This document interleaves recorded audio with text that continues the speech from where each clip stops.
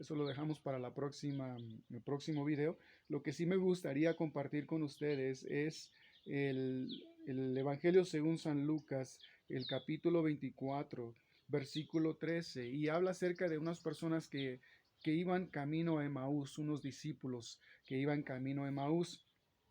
Entonces vamos a leer esta historia y después vamos a ver qué podemos aprender de ella en estos días. Dice, he aquí, dos de ellos iban el mismo día a una aldea llamada Emaús, que estaba sentada, que estaba a 60 estadios de Jerusalén, e iban hablando entre sí todas aquellas cosas que habían acontecido. Sucedió que mientras hablaban y discutían entre sí, Jesús mismo se acercó y caminaba con ellos, mas los ojos de ellos estaban velados para que no le conociesen. Y les dijo, qué pláticas son estas entre vosotros mientras camináis? ¿Y por qué están tan tristes? Respondiendo uno de ellos, que se llamaba Cleofas, le dijo, ¿eres tú el único forastero en Jerusalén que no has sabido las cosas que en ella han acontecido en estos días? Entonces él les dijo, ¿qué cosas? Ellos le dijeron, Jesús Nazareno, que fue varón profeta, poderoso en obra, en palabra, delante de Dios y de todo el pueblo, y cómo lo entregaron a los principales sacerdotes y a nuestros gobernantes y a sentencia de muerte, y le crucificaron. Pero nosotros esperábamos que Él era el que había de redimir a Israel. Y ahora, además de esto, hoy es el tercer día que esto ha acontecido, aunque también nos ha asombrado unas mujeres de entre nosotros, las que antes del día fueron al sepulcro, y como no hallaron su cuerpo, vinieron diciendo que también le habían visto en visión a ángeles, quienes dijeron que él vive. Y fueron algunos de nosotros al sepulcro y hallaron así como las mujeres habían dicho, pero no le vieron. Entonces él les dijo, oh insensatos, tardos de corazón para creer todo lo que los profetas han dicho. ¿No era necesario que el Cristo padeciera estas cosas y que entrara en su santa gloria? Y comenzando desde Moisés y siguiendo por todos los profetas, les declaraba en toda la escritura lo que decía de él.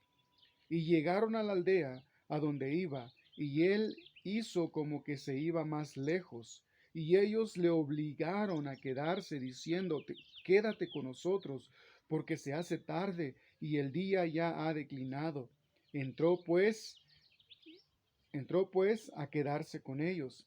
Y aconteció que, estando sentado con ellos a la mesa, tomó el pan y lo bendijo, lo partió y les dio. Entonces fueron abiertos los ojos y reconocieron, mas él desapareció de su vista.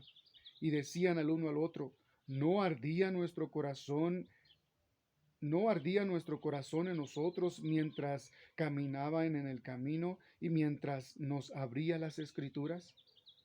Y levantándose en esa misma hora, volvieron a Jerusalén y hallaron a los 12 reunidos y a los que estaban con ellos, que decían, ha resucitado el Señor verdaderamente y ha aparecido a Simón.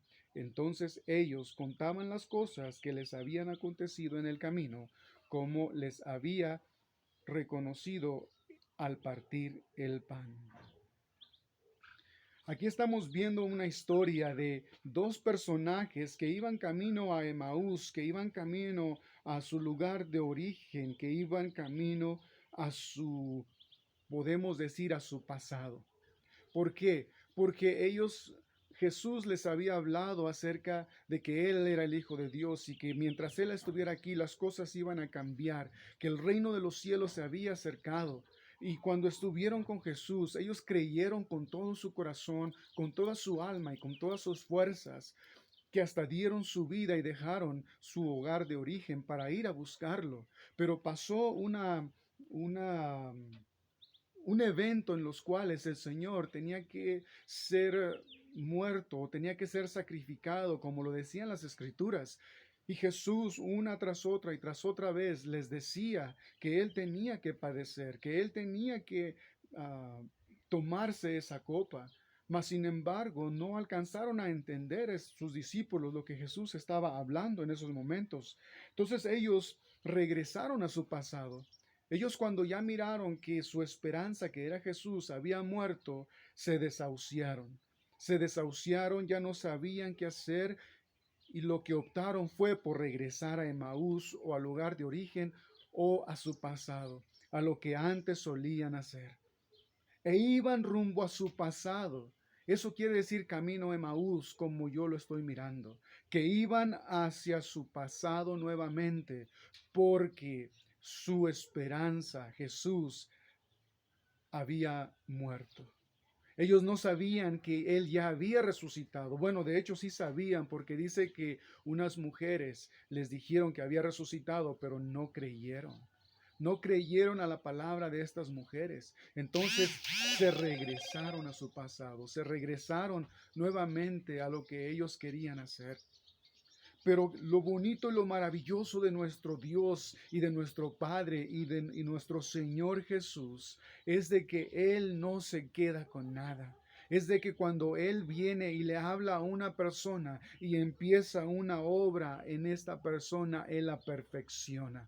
Porque su palabra dice que muchos son los llamados, pero pocos los escogidos. Así que estas personas eran de los escogidos, de los cuales el Señor había escogido. ¿Y cómo nos podemos dar cuenta? Porque más adelante dice que ardía su corazón cuando la palabra de Dios era abierta, cuando la palabra de Dios era expuesta, cuando la palabra de Dios era compartida, el corazón de ellos ardía.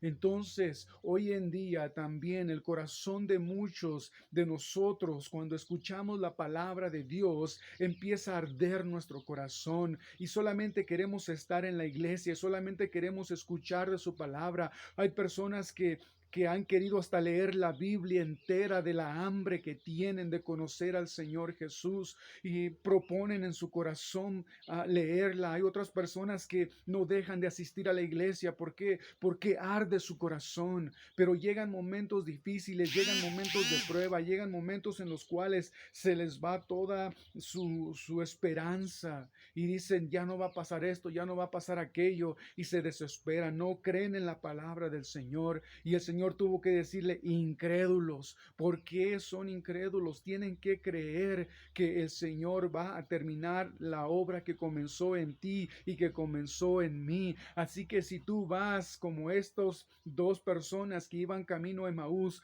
camino a su pasado, a lo mejor tú ya estás diciendo, bueno, pues ya el amor de muchos se ha enfriado, ya no he visto el poder de Dios, ya cuando las personas predican, ya no siento que arda mi corazón, ya no siento como ellos decían ahí, ¿por qué están tristes? Ellos se entristecieron porque su corazón ya no ardía cuando escuchaban la palabra de Dios, su corazón ya no reflejaba ese anhelo de conocer y estar con Él.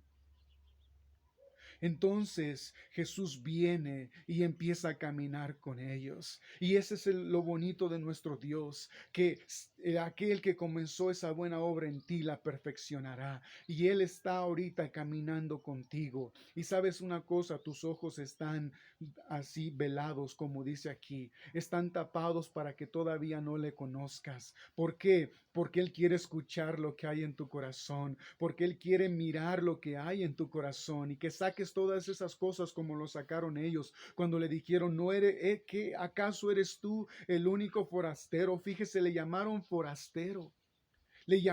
forastero a Jesús.